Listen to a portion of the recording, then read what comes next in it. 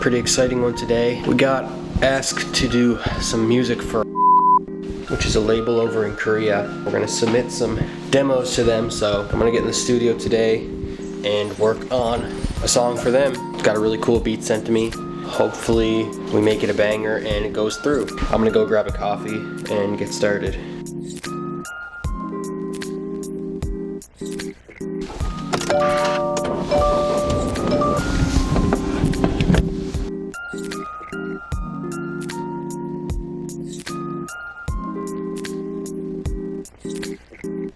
Hey, so we're in the studio, about to start recording. Got my egg bites, got my coffee right here. It's the good stuff. So yeah, let's get going. The beat sounds really awesome. I wish I could share it with you, but it's confidential. So you'll have to wait till it comes out, hopefully with my top line on it. Let's get into it.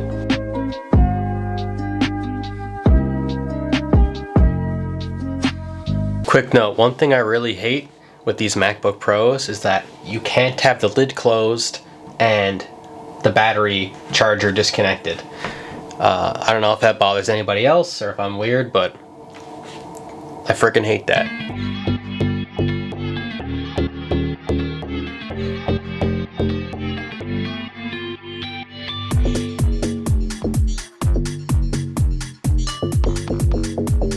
So a question I get asked all the time is, how did you get involved with writing K-pop and J-pop and all this stuff when you're living in Canada, Newfoundland, super far away, just from a small Canadian town?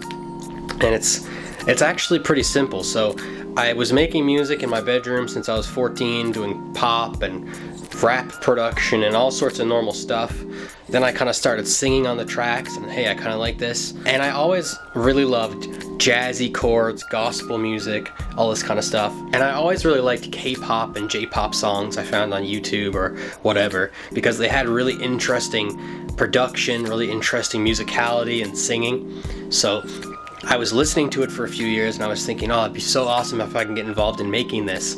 And I started looking up the credits of who would make the songs. So I'd see, oh, this #1 hit, whatever, who the writers on there. All that information is public. So I looked up that and I started going on Instagram, going on emails, and just messaging these people, these random songwriters and producers.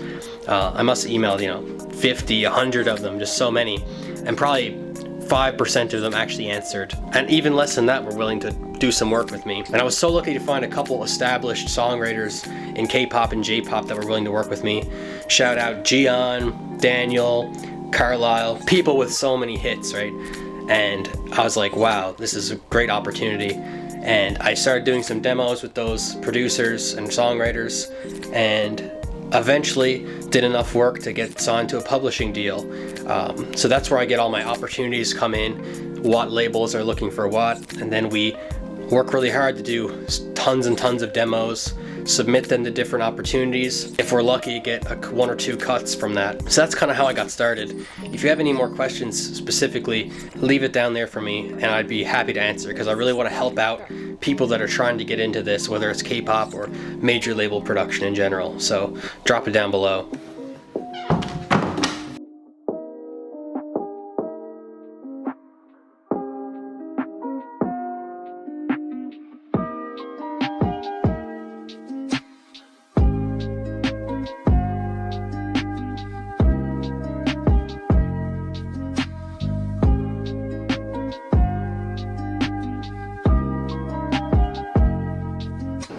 Alright guys, that'll do it for today. I almost wrapped up that song, just got a few final tweaks to make. Probably do those tonight or tomorrow.